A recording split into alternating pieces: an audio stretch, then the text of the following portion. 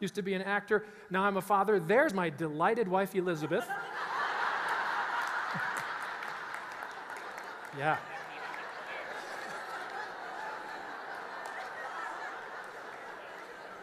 If looks could kill, literally. I don't know if she was pregnant in this picture, but she was clearly barefoot, so she's halfway stereotypical.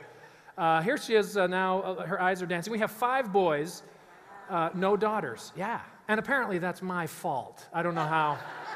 I'm not the one having them, you know. But 5 boys. Now, it may not surprise you that I do hail from Utah. So just up the road a piece, yeah, right. So just off frame there are like the other 4 wives. It was picture day for Liz in this one, and so it's terrible, I know. I literally, a master's in human resource management, you'd think that I would be more appropriate than that, but that's just the way I live. That's how I roll, baby. So here they are getting a little older, 5 boys, and she's getting a little happier. Oddly enough, very little changes through the years, if you'll notice. There, it's even a different house, and the clock is the same. We are nothing if not consistent. Here they are starting to take after her a little more as they age. No, I kid. She's just great. She is. She's she pretty much has raised these 5 boys as I've been out on the road for many years. Doing this, and I love what I do. It's great, and just in recent years, I've been able to kind of pull back a little and just kind of pick and choose and do certain engagements so that I can be home with these guys more. This is why I do what I do. That's my reason, my raison d'etre, or whatever. I don't speak of the French, but my wife just recently. This is kind of cute. She recently learned what LOL stands for. Didn't know. For the longest time, LOL, laugh out loud. And she thought it was, and many of you may have confused the same thing at first, lots of love, right? Lots of love. So as she now finds out that it's laugh out loud, she's immediately haunted and horrified by past emails and Facebook posts. Buddy, I know you and your mom, they love each other still. The divorce is going to be tough. LOL, we're with you.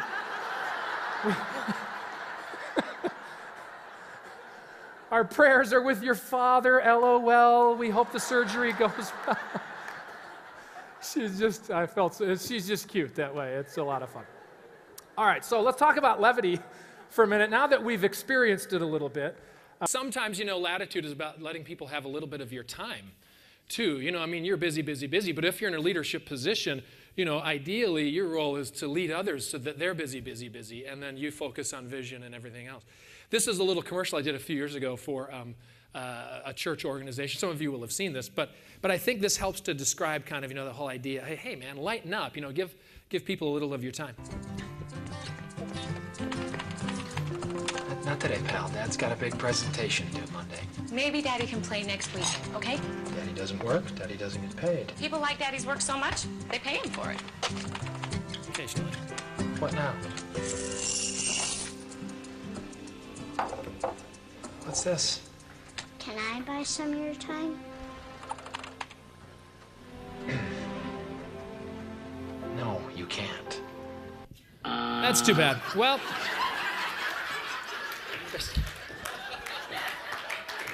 there's no real lesson to be learned there. Okay, so let's move on. Let's go to attitude now. So, sorry, Leanne, she's having hot flashes over here now from. It is terrible, I know. So if latitude is what you allow others to bring to the table in terms of a fun culture, then attitude is what you yourself contribute to the culture as well. It makes sense, right? That, all of us would contribute something. Who knows who this is? Herbie K, right? But who is it? Especially if you're local. Herb Kelleher, Southwest, Love Field, right? Southwest Airlines, would you call that a serious industry, by the way? Oh, holy cow. Yeah, maybe not Southwest itself, but the commercial aviation industry, yeah, very, very serious. A lot of lives at stake every day, millions of lives. Yet Herb Kelleher, 40 years ago, had an idea that it's an industry that can afford to lighten up, right? I mean, here he is in his, CEO photo in a plaid shirt with kind of a devil-may-care attitude smile going on. What were the top 3 things that he looked for when he was recruiting and training and bringing his people on board and building his culture? Number 3, education. Got to have it. Show me some paperwork. I don't care if it's bricks and mortar or University of Phoenix, whatever you got. Number 2, experience and ability. Awesome. Yeah, we need you to be a pilot who's actually flown a plane. You have 3 hours in the air. Great, perfect. Number 1, a sense of humor. I love that. The number 1 gatekeeper filter is, will you fit into our culture? Because if not, there's the door. These other things we can train you on, but a sense of humor and the ability to fit in, that's way too important for us. It's part of our strategy. I love that. It's actually part of our business strategy. It's one of our values. It's who we are. We lighten the crap up, even though we are, flying millions of people. You've got the pilot up there. Ladies and gentlemen, thanks for joining us. We've just found out there's a centenarian on board. So as you deplane, please wish our captain a happy 100th birthday. Whatever. They have a lot of fun with things. And again, did it pay? Yeah. Almost 4 straight decades of profitability. I love that. During the 9/11 bailouts everywhere, people getting into all of their red ink and filing for bankruptcy, you've got Southwest Airlines just keeps chugging along. Doesn't need any bailouts from the feds. We're fine. We've got it covered. Here's an airline that's based on humor and fun. I think about what happens in the workplace with leadership is they're afraid that if they show a little bit of levity and frivolity or humor, that they'll lose respect or they won't be taken seriously enough. Case in point, I love the political season. It reminds me of one of my favorites, the 96 election with Dole and Clinton. Dole's people said, look, we need a contrast for Slick Willie. And that's the term that we all remember back then. And his, what was happening, we won't get into details. But Dole, of course, very serious, very staid, very professional. He's got the hurt arm from war. He's a war veteran. And he kept that all the way down the line. The minute he loses the election, where do you see him on? What TV shows? Letterman, Leno, Saturday Night Live, spoofing himself. He's in an ED, an erectile dysfunction commercial, walking down the beach in a sweater. Bob Dole, how you doing? This arm isn't the only whatever.